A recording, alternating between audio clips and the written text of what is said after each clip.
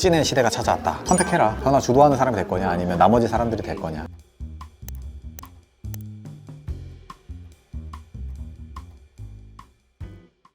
우리가 컨텐츠업을 하잖아요. 책, 영상 이런 컨텐츠업들을 하는 데 있어서 어떤 관점으로 세상을 좀 바라봐야 될까에 대해서 제가 이야기를 좀 풀어봤던 거는 변화였어요. 변화하면 부정에 가까워요? 긍정에 가까워요? 변화하면 사람들이 대부분 부정에 가까워요. 변화는 피할 수 없다. 우리 회사에 계신 모든 분들이 이걸 목격했거든요. 아날로그 시대에서 디지털로 변화하고, 디지털에서 모바일로 변화하고, 모바일에서 AI, 그리고 그 AI에서 지금은 초거대 AI 시대로 변화를 하고 있는 거죠. 모바일에서 AI로 넘어갈 때 무슨 생각했어요? 그냥 바뀌나 보다 이런 사람들도 있었을 텐데 일자리 잃는다가 엄청 커요. 근데 여기서 제가 얘기를 해주고 싶었던 거는 이직이나 일자리 잃는 문제가 아니라 이 세계관 자체가 변한다. 게임 아시나요? 지뢰찾기랑 이 프리셋 게임 안 해본 사람 없을 거예요. 근데 이거 누가 만들었을까요? 빌 게이츠.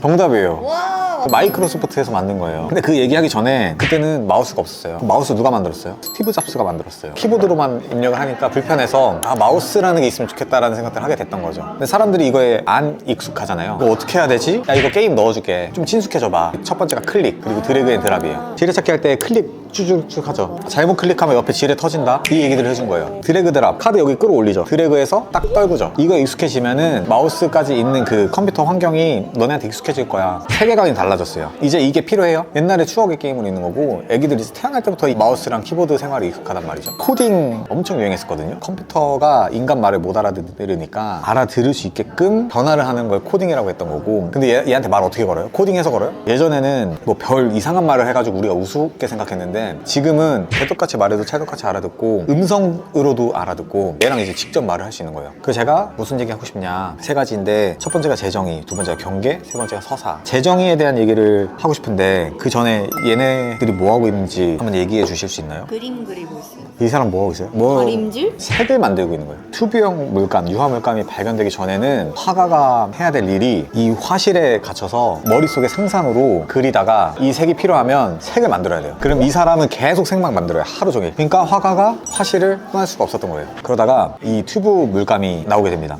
이걸 미술의 역사를 바꿨다라는 얘기들을 많이 하는데, 이렇게 되니까 이거 챙겨가지고 나가면 되잖아요. 그러면서 아마 저 조색을 했던 사람들은 일자리를 잃었겠죠. 근데 어떤 시대가 펼쳐지나, 르누아르, 모네, 고흐, 인상주의의 시대가 열리게 된 거예요. 자연을 보면서 그리는 거죠. 조색할 사람들이 필요가 없는 거죠. 세계관 자체가 변한 거예요. 이 그림의 연장선으로 그리고 싶어요. 그럼 얼마나 시간이 걸릴 것 같아요? 한 달. 한 달, 뭐 그 이상도 걸릴 거예요. 근데 AI한테 지하철에 있는 방고를 그려줘 하면 지하철처럼 그려주는 거예요. 그 시간이 1분도 안 걸린다. 그럼 사람들이 다 필요 없는 거냐? 그 질문은 이제 뒤쪽에 얘기를 드릴게요. 예술하고 있네? 라는 말 자체를 뭔가 비꼬고 혼내는 것 같다는 생각들을 많이 하거든요. 왜냐면 여기 시간을 쓰는 것들이 소용이 없다라는 생각을 했던 거죠. 근데 이제 예술을 해야 된다. 기술이 아니라 상상력이 필요해진다는 거죠. 과장 조금 더 못하면 르네상스 시대가 다시 찾아온 거야. 경제가 발전할 때 창의성이 따라온다고 했잖아요. 대신 해줄 사람들이 많이 생긴 거예요. 근데 지금 대신 해줄 기술이 생긴 거잖아요, 아예. 그래서 어떤 고민을 해야 되냐면 일에 대한 고민, 나에 대한 고민을 하기 시작해야 된다는 거죠. 그게 아니면 대체 돼버리는 거니까. 두 번째 주제가 뭐였죠? 경계였잖아요. 경계가 무너진다는 거예요. 너 마케터였니? 디자이너였니? 이런 경계들이 없어진다는 거예요. 어쩌면 인류 역사상 처음으로 같은 도구를 쓴다. 예를 들어서 바리스타예요? 컴퓨터 안 쓰실 수 있잖아요. 근데 AI 로봇이 이걸 대체를 한다고 하면 내가 현장직이든 뭐 사무직이든 뭐 같은 도구, 같은 기술로 인식이 되니까 대두가 점점 된다라는 이야기인 거죠. 대기업 인사팀에 계신 분들도 몇 번 만날 기회들이 있거든요. 그래서 물어봐요. 요즘 어떻게 뽑아요? 신입을 안 뽑는다고 얘기하더라고요. 필요가 없으니까. 좀 매몰차게 얘기한 것 같은데 신입 뽑겠죠. 그럼 어떤 신입을 뽑아요? 팀장 같은 신입을 뽑는데요. 거기도 AI 기술이 똑같이 다 도입되는 거잖아요. 세상이 똑같이 변하니까 직무에 있는 모두한테 다 인터뷰를 하는 거죠. AI가 이렇게 대두되고 1분 만에 만들어내는데 너는 이거 어떻게 생각해? 엄청 똘똘한 후배가 들어온 것 같아요. 우리가 영상, PPT도 그냥 만들어주는 거 있고, 그러니까 신입한테 요구되는 역량이 뭐냐? 팀장 같은 신입이 그냥 얘기가 나온 게 아니라 얘네한테 묻혀지는 게 아니라 다 활용할 수 있는 신입이면 팀장 같은 신입이라는 거예요. 이제 그 아예 바뀌었다. 사람들이 미디어 콘텐츠에 많이 주력을 하고 있잖아요. 제가 오늘 얘기하고 싶었던 거는 보는 사람들의 수준이 달라졌다. 수많은 걸 따지기 시작했다. 아이돌, 뭐 세계관, 광야 이런 거 있죠. 뮤비 막 해서 뭐 우산에 뭐가 써있고 이게 뭘 의미하고 콘텐츠를 즐긴 안목이 어마어마하게 올라갔다. 밑에 수준은 쳐다도 안 봐요. 가치가 없어요. 돈도 안 되고. 물론 아닌 정康콘텐츠도 많고 여러 가지 있겠지만 적어도 이 안목이 높아졌다는 기준 안에서는 진실성 있는 서사가 주목을 받기 마련일 거다. 개인의 어떤 고유한 서사에 집중을 더 많이 할 거다. 바야흐로 찐의 시대가 찾아왔다. 그래서 서사라는 기회가 오는데 그래서 무만 무스메가 나옵니다. 꿈을 걸고 달리는 소녀들. 일본에 있는 게임이에요. 제일 잘 달린 사람이 이기는 게임인 거예요.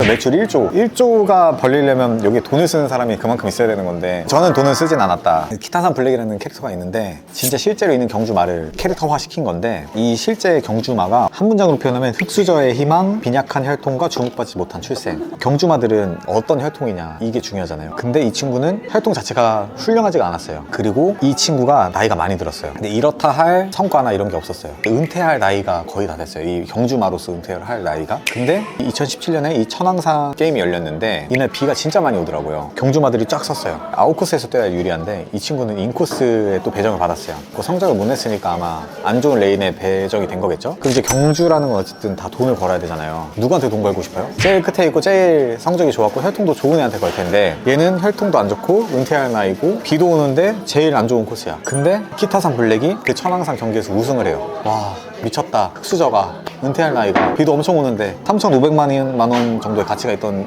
말이 190억이 됐어요.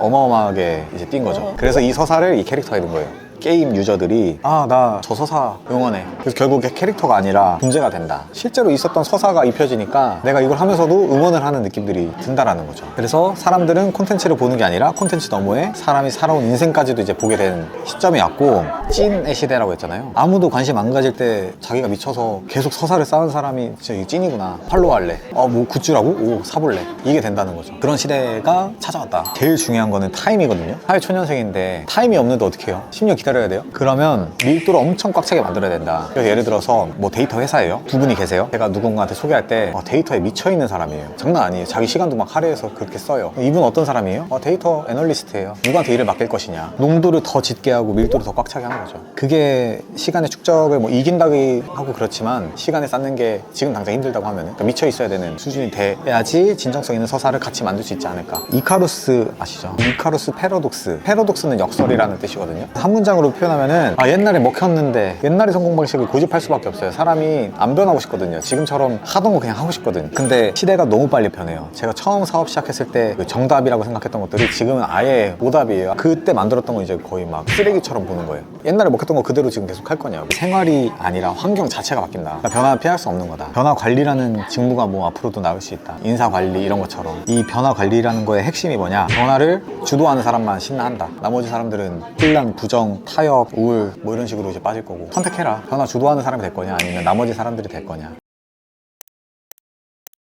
궁금한 거 있어요? 사회초년생이면 현실적으로 어떤 거 하라고 말씀해주고 싶으세요? 제일 잘 할 수 있는 거 하나를 한번 찾아보면 좋겠다. 하고 싶은 일 선택할래? 잘하는 일 선택할래? 전 무조건 잘하는 일이거든요. 효용감이 느껴져요. 내가 쓸모 있구나. 잘하다 보면 또 하고 싶어져요. 그 바운더리가 되면 하고 싶은 것들을 할 수 있는 자율성 영역으로 넘어가요. 그게 필요하다고 저는 보는 거고 잘 할 수 있는 시간들도 필요하거든요. 제 예시로 보면은 돈도 안 되는 글 쓰는 거 3년 한 것 같아요. 근데 그때 너한테 뭐가 남았어 하면은 그때 쌓은 걸로 지금 벌어먹고 살고 있는 것 같아요. 그게 최소 1년은 전 필요하다고 보고 있고 그것도 안 해보고서 안 맞는 것 같아 나 못하는 것 같아 라고 하면 사실 점점 더 쉽지 않아진다. 생활이 아니라 환경 자체가 바뀐다. 개인의 어떤 고유한 서사에 집중을 더 많이 할 거다. 그러니까 미쳐 있어야 되는 수준이 돼야지 진정성 있는 서사를 같이 만들 수 있지 않을까.